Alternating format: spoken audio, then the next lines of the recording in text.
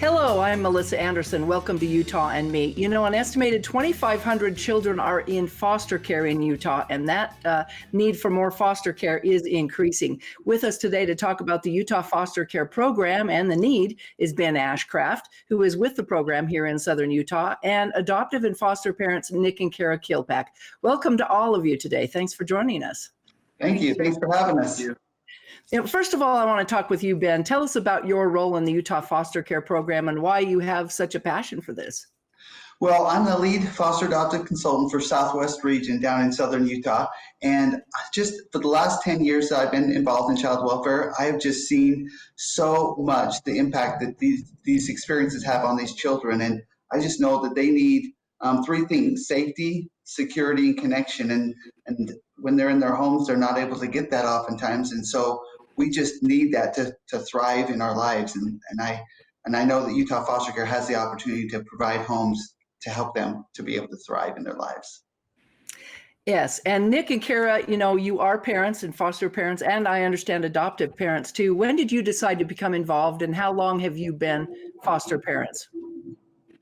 It's been almost 5 years, I think. Yeah, I always wanted to be an adoptive parent, but I didn't really know what that was gonna look like. And then we had two young children, and we kind of decided we wanted to jump in and took the classes. Well, she decided. And but she got me to the classes, and once I was in the classes and I saw the need, I couldn't look away. I was totally hooked. So tell us how many children you have of your own and how many are adopted and foster, and is your house just open doors now? It gets confusing sometimes. A pretty big mix. So our oldest daughter is adopted. She is 18. And then we have a 9-year-old son and who's biological and adopted by you. Yes. And then we have our two 5-year-olds right now. They'll only both be 5 for a couple months. So right now they're kind of battling out who's the coolest 5-year-old. One 5-year-old is biological. One is adopted through foster care. Yes. And wow. Then we have a 2-year-old who is biological. Wow. So you're not quite the Brady Bunch yet, but you sure got them beat anyway, because you've taken on a lot on your plate. Don't give her any ideas. I want to talk a little bit about that. We were talking about this need, and I want to talk to Ben really quick about this need. Why is there such a need for families to adopt, a need for families to adopt especially here in Southern Utah? What's going on? Well, particularly here in Southern Utah, we're seeing a explosion of growth in the area, as well as an explosion of diversity. You know, with that diversity and the growth that comes in, there's going to be an increased need for foster adoptive homes. Right. So these are children who are what? Do they get removed from their homes, or what's the reasoning behind this? So yeah, these children are placed in the protective custody of the state because of abuse, neglect, or they're left dependent, meaning there's no caregiver to provide for them. And so because they've been in those unsafe situations, they are removed, placed in the protective custody of the state, and then they work on trying to reunify them with their biological parents, if at all possible. But during that time, they're being provided for, given a safe environment in that foster home environment to help them work through whatever challenges, whatever trauma they have. So what ages are the most prevalent that you're taking in or in need of good homes? I mean, is there usually a number, an age number? You know, ironically, I mean, so 0 to 18 is the whole range of the age, but we probably have more children that come into care of the younger age because they're the more vulnerable population out there. However, even though we get more younger children in, we have the need for, it's more difficult to place children of the older age, just because we have less homes that are either available or willing to take in that older age population. They're great kids, you know, in the sense that they still need homes and they're still developing and maturing, but that's where our greatest need is for large sibling groups and older children. So now I want to go back to Nick and Kara and ask you, how did you hear? Did you adopt through and come through the Utah foster care program? How did you hear about it? Yes, our experience has been totally through Utah foster care. Like Kara made mention, early on in our marriage, I think that we had decided that at one point in our lives we wanted to adopt. We didn't know that it would be through foster care. And I tell the story, one day I came home and Ben was sitting on my couch and I didn't know who he was.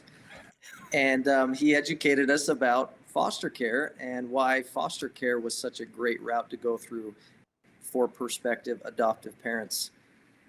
And that's kind of, I think Kara learned about, she looked more into adoption and found that the most appropriate avenue for us was through foster care. Right. So walk us through that process then. Ben, did Kara contact you and how did you get on their living room couch? Exactly. I just walked in their home.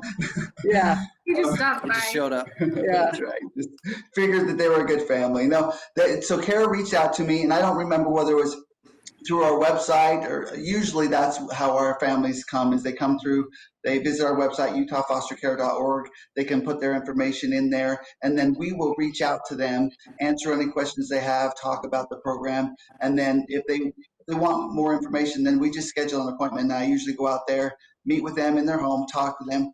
Right now, we can't meet in homes because of the COVID thing, but we're doing those interviews online to just keep people so that everybody's safe from that situation. But yeah, we go out and meet with them. I spend about an hour talking to them, getting to know them, answering questions, and then if at that point they're ready to take the next step, then we introduce them to the training and get them more involved in the program. So what makes a good foster family then? How did you determine that Kara and Nick were going to be great parents to take on these children? I just knew they were stars right away by sitting in their home. And I know that, but honestly, there's so many people out there that may doubt whether they could do this. And I've talked with people that say, I could never do that. Really, what it takes to be a good foster parent is to just have patience and to have love in your heart, a willingness to serve. And if you really just love and care about children, you can do a great job. The rest is just learning how to work with these children who have been traumatized. It's just skill development. And we do all that through the training classes that we provide. We help those. So any insecurities that you feel can be compensated by working through the training, learning from other foster families like Nick and Kara, because they have a lot of good experience and they can sit down and provide support, provide help for those families who are getting their feet wet with this process. So Nick and Kara, you obviously felt like this is something you could take on and went through the classes, and then what? I mean, how did that meld with your own children, and how it's been a struggle? Or So we initially felt like we would just take in any kids that were under the age of our oldest son. So our first placement at the time was 9 months. Mm-hmm. And we already had a 1.5-year-old. So that was kind of wild having, Irish twins. But it was a really fun adventure. And now we actually ended up adopting that sweet boy, and now he's ours. And I think it's so much easier that they have each other, because they're always palling around, and all those, going to preschool for the first time, or going away from mom for the first time. It's easier for them than it was for our older son, because they have each other and they don't even say goodbye. They're just running off because they have each other. And so that's been just the most amazing blessing. Obviously, kids are hard, and kids are hard if you birth them, and there's all kinds of risks with your own children. And I think sometimes people think it's so much different, but it really is just loving kids and raising kids and being parents. It's just more of them. It's just parenting more kids. And then for our older daughter, like I said, we had intended to just take in younger kids. Yeah, it was never the plan to kind of take in a teenager. Not that we shied away from teenagers. We were just worried about the dynamic of our family, and mm-hmm. I'm glad we were wrong. We were completely wrong, and the opportunity came up, and she stepped up again and opened her heart and her mind to the idea, and drug me along, and she was meant to be with us. She's 18 now, and she's just a perfect mesh with our family and with our kids. I can't imagine our life without her. And I can totally see why people don't think of that as an option for them. I didn't think of it as an option for me. I just thought, oh yeah, teens wouldn't be where we're headed. But I can't even describe the blessing that it's been in our lives. And for our kids, they have a big sister that loves them. And it's just been so amazing that I hope more people consider it. Because at first glance, I think a lot of people really just don't think it's for them. But if they, teens are fun, and it's really, really cool and special to be able to bond with someone who really needs you, and to kind of, it makes you learn. It makes your whole family learn how to love in a whole different way. And I can't recommend it enough. And Well, parents, I think we're just as parents, sorry to cut you off, just one sorry. more thing. I think as parents, we are capable of so much more than we give ourselves credit for. And you think that that's not for me, I could never do that. You're just, if you're a capable parent with your life somewhat together, you're wrong. You can't. You can provide so much more than you think you can, and you will benefit greatly from it. Well, it sounds like it's been a success. The older ones can take care of the younger ones, and they all get to get together in one big room. And so this has been a success. So I want to go back just real quickly with Ben and have us talk about how important it is to have families like this to reach out, and even though if they think they can't do it, that they possibly can. How do you find your families if they don't reach out to you, other than what we're doing right now? I mean, how do we get more parents to open up their doors to these kids who really need a place to live and really need some help? How do you coerce them into saying, yes, we're going to try this? Yeah, and exactly. I mean, and the goal, as you said,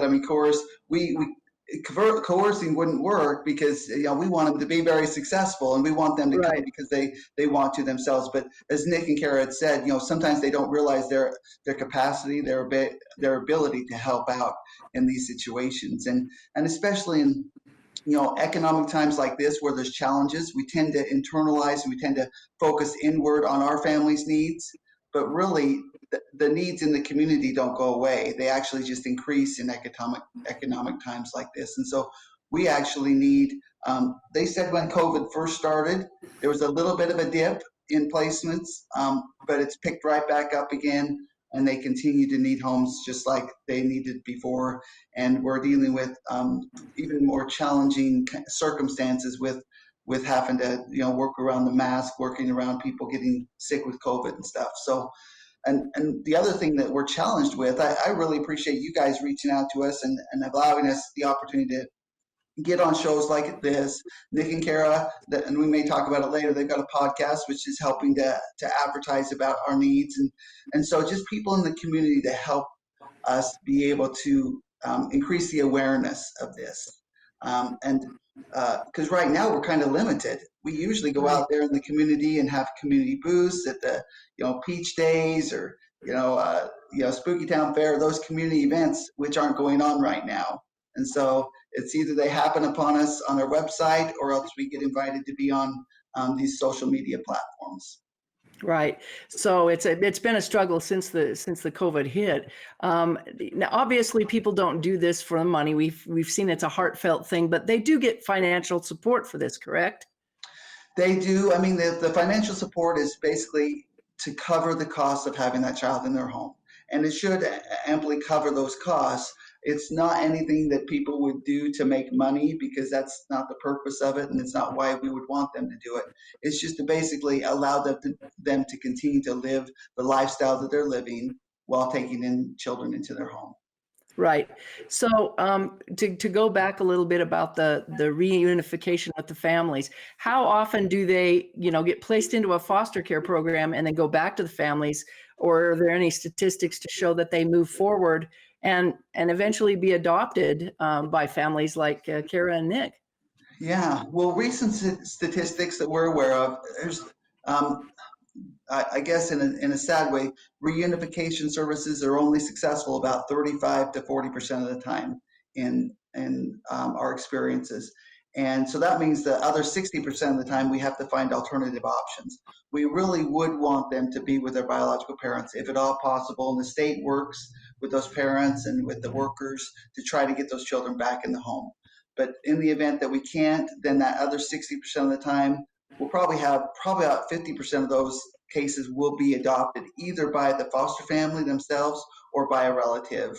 And unfortunately, about 10% of all children across the board don't ever get adopted, that we're not able to find permanency, and they end up going into independent living, aging out of the system. And we hate to see that because the statistics don't show very good results for those children. I mean, in terms of adjusting into adult life, we do the best that we can, but it's, you know, all of us, when we go into adulthood, who do we look to? When we're in trouble, who do we go back to? We go back to our parents, our support system, which may be that foster family, the adoptive family, whoever it is. But we really need those supports in our lives. And so we try to find permanency as best as we can, either back with their parents or with that foster or adoptive home. And I'm sure Nick and Kara, you've not given up on these kids, but I'm sure it was a struggle. Maybe they come with a little bit of baggage because of the fact that, you know, they may feel not wanted or loved by their own family, or maybe they were abused or mistreated. How do you get over that struggle and just say, oh, I'm just going to give up and give them back? Because I hear a lot of foster parents just go, oh, I can't do this. I you know, it's like taking a puppy back to a dog pound, but you can't do that. These are kids, these are children. How do you get over that struggle? And is there a lot of prayer involved? I mean, how do you do this? I think just committing to unconditional love. And I think the biggest thing for us was, or, you know, for me, I guess you can speak to what was the biggest thing for you, was just not having any expectations of what it can do for me and what I can get out of it, and just loving a child that needs you. They need you whether they're struggling or not. They need you more if they're struggling. And it's just such a hard thing to love people through their struggles. And I think everyone has experienced that. And we've all had crazy, terrible 2-year-olds or tough things. And the difference is when we love someone unconditionally, we just have no expectation of ever giving up on them. So don't give up. Yeah, I really think. Yeah, sorry. What do you think? Look, this is something that you should be doing because you're trying to make a difference. If you're looking to foster care to fill a void in your life, or to have, you know, to fantasize some fairy tale, that's not the right way to look at it. But luckily for us in humanity, there are a lot of regular people who are looking to make a difference. They find themselves in situations where they're fortunate and they want to give back. That's what this should be, and that's what this is. And if you look at it in that regard and you say, I'm in this to make a difference, regardless of what your experience is with that child, they could be a total nightmare, they could be an angel. That experience, you know, you never know what you're going to get, but you will 100% of the time, no matter what, make a difference in the life of a hurting child. And if you're looking to make a difference, what an amazing opportunity. So yeah, it may not be for everyone, but, you know, I think that there are more parents out there looking to make a difference than there are foster kids. And if we can just get all of them to jump in, then we'll have more foster parents than foster children, and that would be an amazing situation. And that's our goal, and we think it's an attainable goal. Now, I understand that you guys have been so enveloped in this that you've even got your own podcast and your own foundation. Tell us a little bit about your efforts to try to help get more parents involved. I think for us, we've kind of touched on a little bit, but we got into it to help kids. And then when we saw how much it blessed our lives and blessed the lives of our biological children, it just felt like we got to spread this message and share this message with people, because the foster system is a place that gets a lot of myths and a lot of negative, and our experience has been so positive, although everything has its difficulties and its hard times. I think we just wanted to share the message that it could be just a really positive thing, and So that's why we started our podcast. We have a foundation within our company. You want to talk a little bit? Yeah, it's loveisneverwasted.com. Loveisneverwasted.com. You can go to the website and find our podcast. We actually met with a director who is a foster parent himself, and we made a short film. You can watch it at our website. But yeah, just to really get our perspective out there and what we feel like is the truth surrounding foster care. I grew up thinking foster care was something that it's totally not. I had a negative connotation to it. And something that maybe people were trying to avoid. And now that I'm in it and I know what it is, I don't understand why everybody isn't running towards it, because it is the most fulfilling thing I've ever done and the most important thing that I've ever done. And I would argue the most important thing that anybody could do. So that's really what our message is with the foundation. So in a sense, you're helping Ben to recruit. And I think that's wonderful that you've jumped on board there. Ben, how has this helped you, and what can the public out there do to help as well? The biggest thing that people can do is, one, we need more foster families, and that's the biggest help that we can have. But if you can't do that, if you don't feel like you're in that place to do that, then just spreading the word. Some of the best people that we've had is our foster families, like Nick and Kara. They go out and they have children that are either fostering or have adopted, and people in the community see their family. They ask them questions, and Nick and Kara have the opportunity to tell them about their experiences. And those are some of the most, I guess, best resources that we have and best referrals that we have, is because, people will see our foster families and go, wow, if they can do it, they're a normal family. They just, they can do this. We can do that as well. And also you look at families that and they have credibility. And so more so than even watching a TV program or anything, they're going to, when you talk hands-on with somebody who and see their story, see the blessing that it is in their lives, it just makes you even that much more interested and open to doing it. So. Right. And Nick and Kara, from here, and it sounds like you guys are really big supporters of this. When people go, they reflect on your website, does that have your children's experiences in there, or just your own experiences that you talk about? Yeah. Our story is there. Our film is there. That's really important. That film is kind of a parody of a little bit of our experience, but not specifically. But you can read our story, but you go to the podcast, and we talk a lot about our own family and our own experience on the podcast. So yes, they can learn a lot there. But the other thing that we do is, it's kind of we give direction on where they can, wherever they are in the country. There's information on our website where they can get started in their specific community. So that's another thing that they can do too. So. Right. And Ben, obviously, how do they get connected with you? Obviously, you mentioned your website and where they can go to get help and find out more information.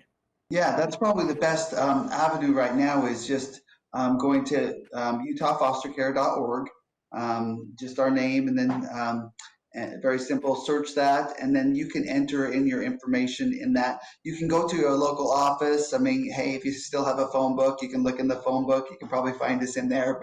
But it's just, if you're interested, you can go to our website, and it's got a wealth of information. You can just research about it, how it works, and find out how that goes. And yeah, we'd love to have you inquire. And then, of course, if you go to our website, put your information in, we'll reach out to you. Somebody in your area, not just in Southern Utah, but anywhere in the state, we can reach out to you and get you the information that you need. Yeah, because we heard that the need is there. So if you've got open doors, if you've got extra room in your house, or you really want to find out more, they can go find that out. Nick and Kara, any final thoughts about to the viewers out there about becoming foster parents and encouragement, maybe? I would just say that, going back to, if you don't know that you can do it, there are so many resources out there that can help you through it. Utah Foster Care is an amazing one. I mean, their classes were really good. They give you a really good idea of what you'll be dealing with, and the training and the information that you can learn from resources like these is really, really helpful. So. Kara? I would just say my biggest thing that guides me is I didn't come here to teach you. I came here to love you. Love will teach you. And that quote has been what has guided me through. So if you become a foster parent, remember that. And we'd like to say thank you for doing what you're doing. Ben, quickly, last thoughts? I encourage everybody in the community to consider whether they have, just consider it and open your heart and home to these children. It's a wonderful opportunity. There's going to be challenges. There's going to be rewards, as with any adventure that we take on. There's always going to be those, but as Nick and Kara have talked about, the rewards definitely outweigh the challenges the majority of the time with these situations. We just are very appreciative of the community members that have stepped forward. Well, I'd like to say thanks to all of you for caring enough to take in these children and make a positive difference in their lives, and to pushing forward that effort, and wish you all the best in the future. And maybe you'll have even more children to help raise in the future. Thank you both. Thank you all. Thank you so much. Thank you. I'm sure they're grateful for you as well. So thank you. Thanks. Thank you very much for your time. And thank you for watching. And if you feel compelled after watching this program to reach out and share your heart, your home, and your future with a foster child, or even adopt one, you can reach out to Ben or visit the utahfostercare.org. Thanks for watching, and have a great day. Hope you make a difference in a child's life.